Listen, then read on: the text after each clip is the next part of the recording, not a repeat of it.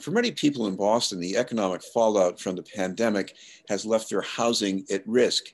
New research for City Life Vida Urbana shows a disproportionate number of filings for eviction in Boston census tracts where the majority of the population is people of color.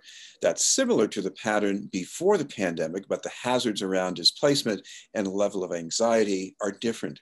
To discuss the research and efforts to prevent displacement is the group's Director of Communications, Helen Matthews. Thank you very much for being with us, Helen. Thank you. Good morning. Helen, in your work at City Life Vida Urbana for the past several years, I'm sure you've been exposed to quite a lot of housing instability, anxiety over displacement. How is that different from what's been happening over the past year under the pandemic?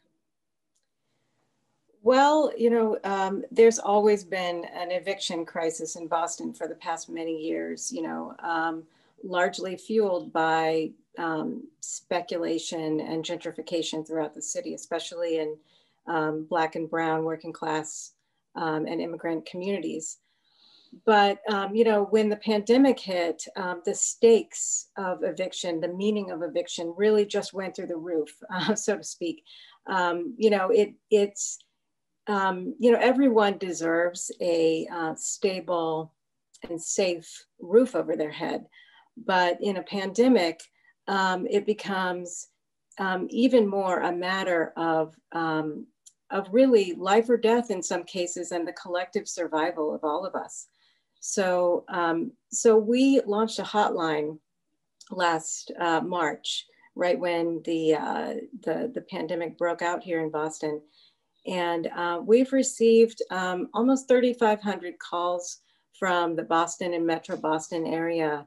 Many people really in a panic. And so the level of stress and the stakes and the meaning of eviction are really at an all-time extreme right now.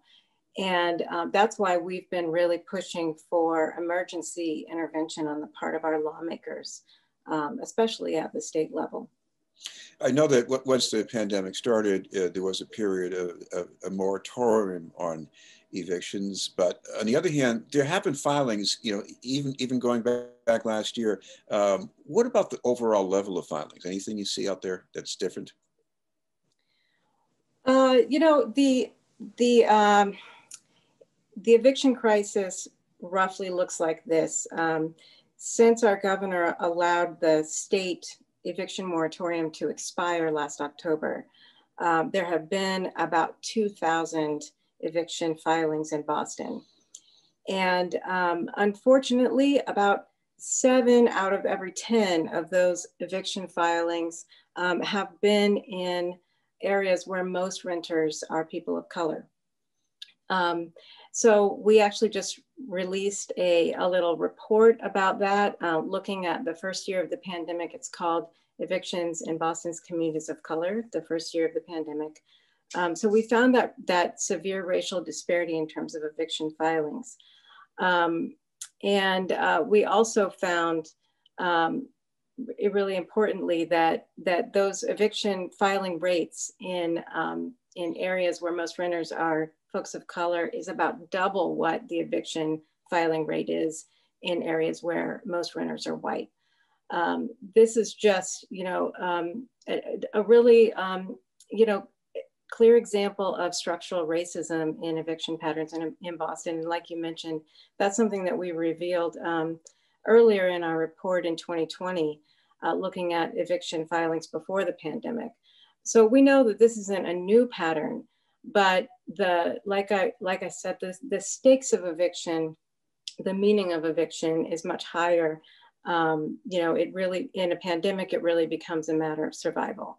So, that in a sense, the eviction filing the volume of eviction filings is somewhat lower than it would be in a pre-pandemic year. But really, there should be 0 non-emergency evictions in a dangerous pandemic like COVID-19. So, we don't really believe in comparing the volume of eviction filings with previous years because what really matters is that we just should be preventing all of the evictions right now that aren't an emergency. That means we should be preventing the non-payment evictions, and we should be preventing the no-fault evictions as well. I guess this is about emergency conditions. If somebody is displaced, whether through the formality of an eviction or otherwise, what do they go through? I mean, what are the hazards involved? Right. A lot of families wind up couch surfing or moving in with, their sister-in-law or their grandparents or their parents, friends and family. And in other scenarios, people wind up moving into congregate shelters. And all of those scenarios are really petri dishes for, rapidly spreading virus like COVID to take hold. And we know that if eviction bans had been in place longer in Boston and Massachusetts and throughout the United States, it really would have saved lives. So, that's what happens to a lot of families who are evicted and can't make ends meet. And our housing market here in Boston is really off the charts. I mean, the expense of moving and paying first, last, and deposit and maintaining a really high rent when it's hard enough to just keep your job or even find a job is, it's really a recipe for disaster and puts a lot of families at risk of homelessness. I imagine things would be worse if it were not for some generous amounts of rent relief from the city and the state. And you also have to consider that public agencies are showing more restraint probably as well. But what about the difference organizing makes, especially if you're in a larger building with multiple units where there's a possibility of displacement or eviction? How does organizing change the outcome? Great question. There's really two key ways to prevent evictions that really need to both come into play here. One is legislative intervention, and the other is grassroots organizing.